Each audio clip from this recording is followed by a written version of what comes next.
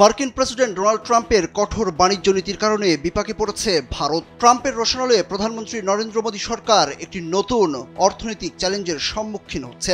গত ৩০ জুলাই ভারতকে ২৫% শুল্কের পাশাপাশি জরিমানা হিসাবে অতিরিক্ত আরও শুল্ক গুনতে হবে বলে হুমকি দিয়েছিলেন ট্রাম্প। সেই সময় তিনি বলেছিলেন, রাশিয়ার কাছ থেকে তেল ও সামরিক সরঞ্জাম কেনা অব্যাহত রাখায় ভারতের উপর জরিমানা হিসেবে অতিরিক্ত শুল্ক আরোপ করা হবে। বুধবার সকালের দিকেও ট্রাম্প হুমকি দেন ভারতকে। দুই দেশের বাণিজ্যিক সম্পর্ক নিয়ে ক্ষুব্ধ মন্তব্যের কয়েক ঘন্টার মাঝেই নতুন শুল্ক আরোপের ঘোষণা দিয়েছেন ট্রাম্প।